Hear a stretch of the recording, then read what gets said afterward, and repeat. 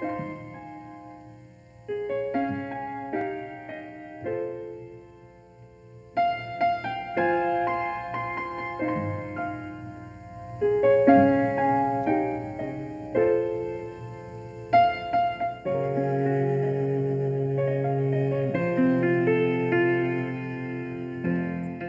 to Angels Talk, Soul Relationships. Here's your host, Sandra Lynch.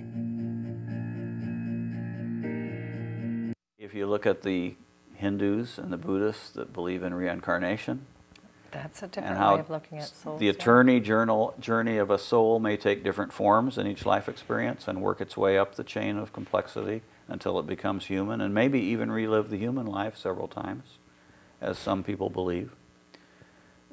You come to the point of having to honor everything. You know, a speck of dust is merely tiny, tiny particles of Mother Earth floating around. You know, the very breath we breathe, that's life itself, the air. There's an interesting question for those who believe, or maybe are even willing to believe, that there's a possibility of reincarnation.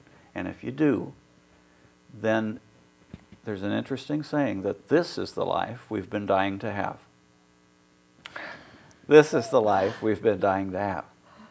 If we've lived before in other forms, we've died in those forms. Absolutely. And we're here now. So this is the life we've been dying to have. Let's live it up. Let's give God a good time while we're here. I think I live and die every day. Well, each and every cell dies away and is replaced by a new energy, a new form that comes from the way we think today. And now my heart knows. My heart knows, and there's a difference there with the thinking and the heart. My heart knows that those incarnations have been, there have been so many in this lifetime, in this body that I've hosted. And my heart also knows that this is the last body I'm hosting. There's an interesting thing about karma, and in the East, they use that word karma to describe what has happened before, what has come before, as setting a pattern for what's to come.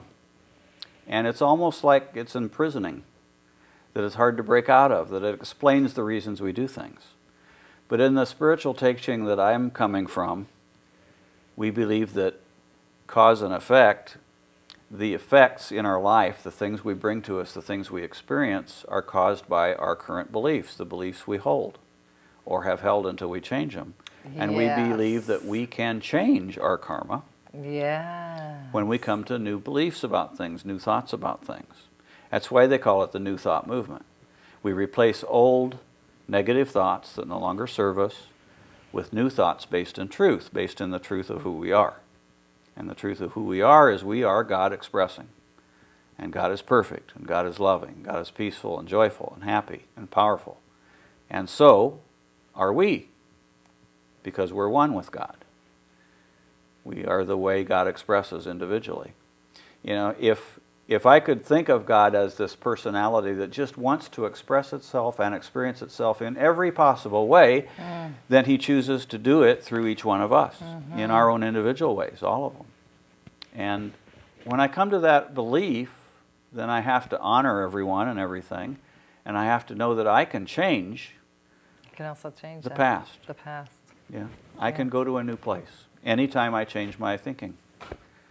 So I'm led to consider what I'm thinking about and to make sure that I'm thinking about things that are pleasant and positive and enjoyable and that I want, and not about things I don't want.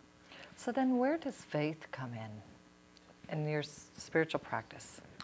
Where does faith come in new thought? Faith comes into that belief that knows how powerful my thought is, that I can have faith in that creative essence that God is and that I am. You know, we can think of God a lot of different ways. My probably favorite way of thinking about that one power and presence is that it is creative by its thought. And since I am in the nature and image of God, I am creative in my thought. And I can have faith in that, I can trust that. I like the word trust.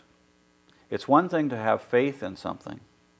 A lot of people have faith that there's a God, there's a power, there's a presence that can do anything. but do we trust that power and presence with our lives? It's like the tightrope walker. When we go to the circus, we watch the tightrope walker in his act go from one platform across a thin wire to the other, and everybody kind of has faith he can do it, and they watch him as he does it. And he has a beautiful assistant up there who hands him a wheelbarrow, and he wheels the wheelbarrow across the wire from one platform to the other, and we all have faith that he can do it. And then he wheels it back. And then he asks his assistant to get in the wheelbarrow. Now that's trust. Complete faith and trust. That's trust. Yes. She not only has the faith he can do it, but she trusts him with her life. Yeah. That's the kind of trust that we're called to have when we turn our will and our lives over to the care of the higher power, as we understand it. That's what the people in recovery programs have to do, to not just have faith there's a God, but to trust God with their very lives. And that's a huge difference. That's a huge difference. Huge difference. Yeah. We have about 600 seconds. Wow. That's all we have left in this hour. It's flying by. I had to say that. We can talk about frogs. That's a lot. That's a lot of time yet. Yeah. You know? 600 seconds. So much could happen in 600 seconds. A squirrel could cross our path. A frog could hop in here. You know what I think of when I see a frog? And one of my favorite hats, one of my favorite ball caps, has a picture of a frog on it, and the letter is F-R-O-G. And they stand for fully rely on God. Fully rely on God. That's like filling up your gas tank. Mm-hmm. That's like not telling God how big your problems are, but telling your problems how big your God is. Mm-hmm. Okay? Mm-hmm. That's a huge difference. That's a new idea for me. It's a new idea for me. Is it? Yeah. Well, new. I thought you had that I thought you had that idea all the time, Jerry. Since we've known each other. Yeah. Yeah. There was something in here that I wanted to quote about one of your favorite friends. Where is it? Pardon me till I find it. Oh, it was our dear friend, dear friend, dear friend. One moment, please. If you think of something while I'm looking for it, go right ahead and chit-chat here a second. Emerson. Where is Emerson? Emerson. I love Emerson. Here it There's is. a quote in there from his essay on nature. Yes. One of my very favorite passages out of Emerson. I love Emerson.